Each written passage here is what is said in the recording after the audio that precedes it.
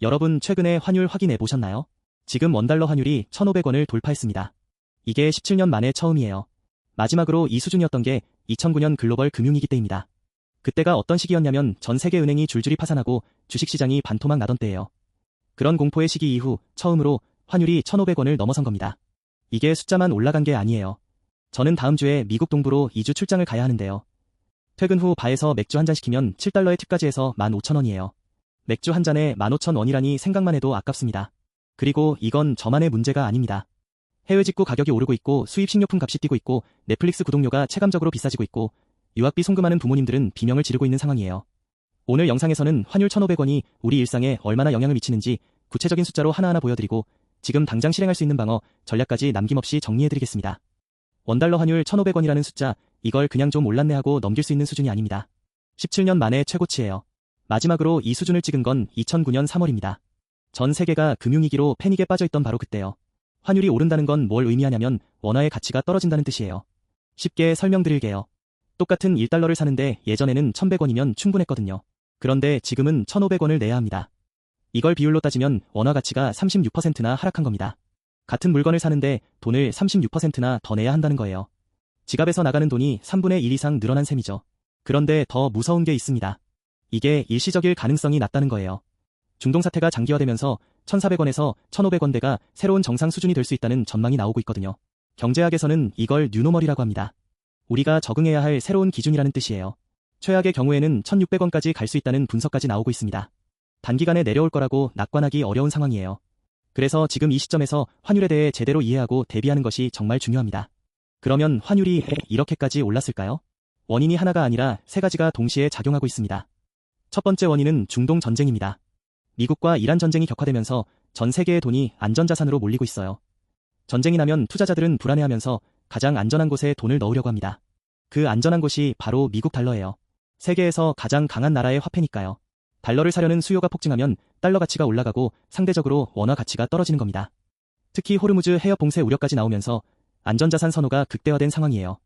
호르무즈 해협이 막히면 전 세계 원유 수송의 20%가 차단될 수 있거든요. 이 불안감이 달러 초강세를 더욱 부추기고 있습니다. 두 번째 원인은 한미금리 격차입니다. 지금 미국 기준금리가 3.5에서 3.75%인데 한국은 2.5%입니다. 금리 격차가 1.25%포인트나 돼요.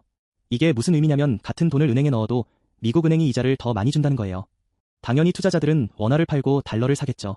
더 높은 이자를 받을 수 있으니까요. 이런 돈의 이동이 환율을 계속 밀어올리고 있습니다. 한국은행이 금리를 올리고 싶어도 경기 침체 우려 때문에 쉽지 않은 딜레마에 빠져 있는 상황이에요. 세 번째 원인은 서학개미와 국민연금입니다. 한국 투자자들이 미국 주식을 사려고 달러를 환전하는 열풍이 계속되고 있어요. 엔비디아, 테슬라, 애플 이런 미국 대형주에 투자하려면 달러가 필요하잖아요. 이 서학개미 열풍에 더해서 국민연금도 해외에 약 771조 원을 투자하고 있습니다. 이 규모가 얼마나 큰 거냐면 한국 1년 국가 예산의 절반이 넘는 금액이에요. 이 돈이 달러로 나가다 보니 시중에 달러가 말라버린 상황입니다. 재미있는 건 과거 IMF 때와 비교하면 상황이 완전히 다르다는 거예요. 그때는 외환 보유고가 바닥나서 환율이 폭등했거든요. 하지만 지금은 4천억 달러 이상의 외환 보유고를 갖고 있습니다. 그런데도 환율이 올라가는 건 구조적인 원인 때문이에요. 해외 투자가 계속 늘어나는 한 단기간에 해결되기 어렵다는 게 전문가들의 공통된 견해입니다. 자, 그러면 이 환율이 실제로 내 지갑에 얼마나 영향을 미치는지 항목별로 숫자를 계산해 보겠습니다. 먼저 해외 직구부터 볼게요.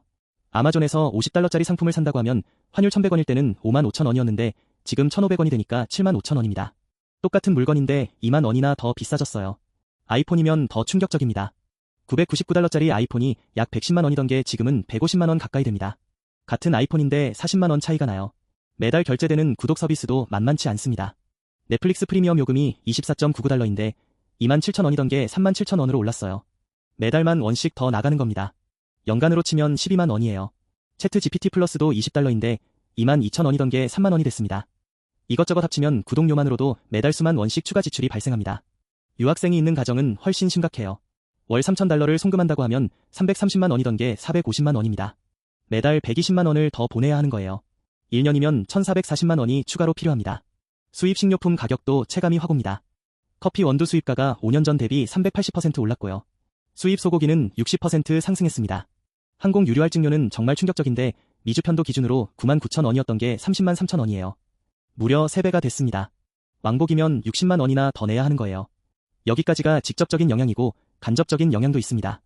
커피콩, 밀가루, 설탕, 수입 소고기 이런 원재료 가격이 올라가면 동네 카페 커피값도 올라가고 식당 밥값도 올라가고 빵집 빵값도 슬금슬금 올라갑니다. 소비자가 직접 환율을 체감하지 못해도 장바구니 물가가 올라가는 거예요. 보통 환율이 오르면 3개월에서 6개월 뒤에 소비자 물가에 반영됩니다. 지금 환율이 오른 효과가 올해 하반기에 물가 상승으로 나타날 가능성이 높다는 뜻이에요. 미국 출장이나 여행을 가면 환율이 정말 피부로 와닿습니다. 저도 다음 주에 미국 동부로 2주 출장을 가야 하는데요. 한번 계산을 해봤어요. 점심에 패스트푸드 먹고 팁을 주면 하루에 $15 정도 나가거든요. 14일이면 $210 한화로 31만 5천 원입니다. 저녁에 레스토랑 가서 밥 먹으면 팁 포함해서 $40 정도예요. 10번 가면 $400 60만 원입니다. 퇴근 후에 바에서 맥주 한잔하면 팁까지 해서 $10 정도인데요. 10번이면 $100 15만 원이에요. 맥주 한 잔에 15,000원이라니 정말 아깝긴 한데 동료들이랑 어울려야 하니까 안 마실 수도 없잖아요. 스타벅스 커피도 $7씩 14일이면 $98 약 14만 7천 원입니다. 미국에서 커피 한 잔이 10,000원이 넘는 거예요.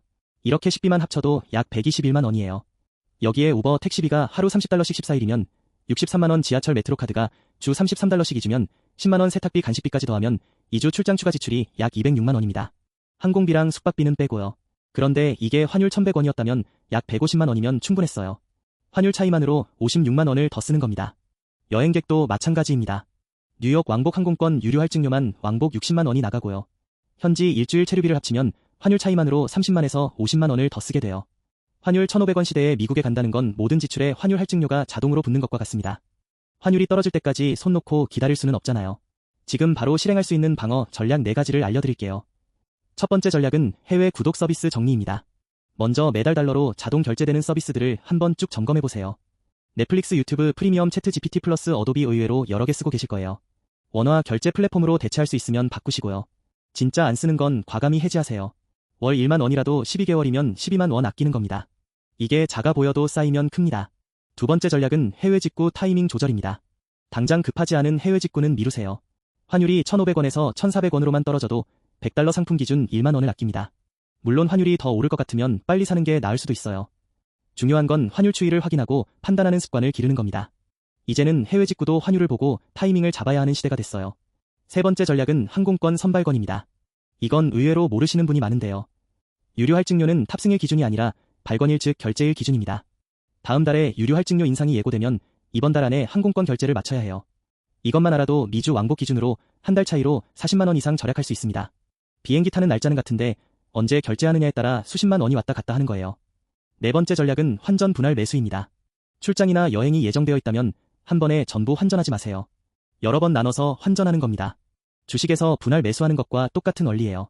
환율이 1,520원일 때 일부를 사고 1,490원으로 떨어졌을 때 또 일부를 사면 평균 환율을 낮출 수 있습니다. 그리고 네이버나 토스에서 목표 환율 알림을 설정해두면 원하는 환율이 됐을 때 바로 알려주니까 타이밍을 놓치지 않을 수 있어요. 마지막으로 투자 관점에서 알아두면 좋은 정보를 정리해드릴게요. 고환율 시대에는 수혜를 받는 기업과 피해를 받는 기업이 확실히 나뉩니다. 먼저 수혜 기업입니다.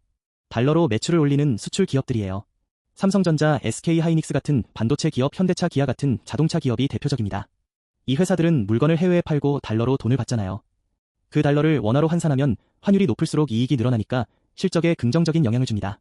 반대로 피해 기업도 있어요. 달러로 비용을 지불하는 수입 의존 기업들입니다.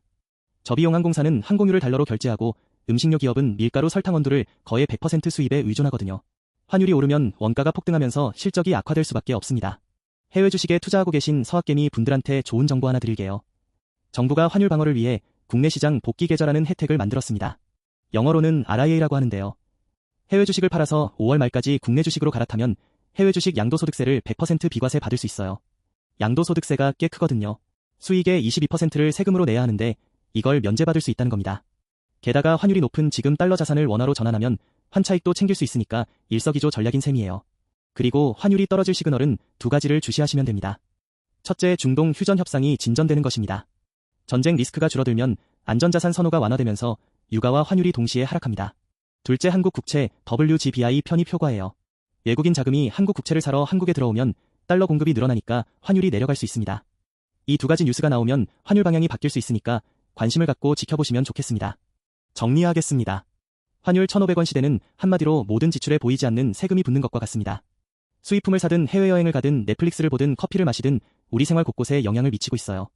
당장 환율을 바꿀 수는 없지만 지출 구조를 점검하고 환전 타이밍을 관리하는 것만으로도 수십만 원의 차이를 만들 수 있습니다. 이 영상이 도움이 되셨다면 좋아요와 구독 부탁드리고요. 더 자세한 내용은 영상 설명란 블로그 링크에서 확인하실 수 있습니다.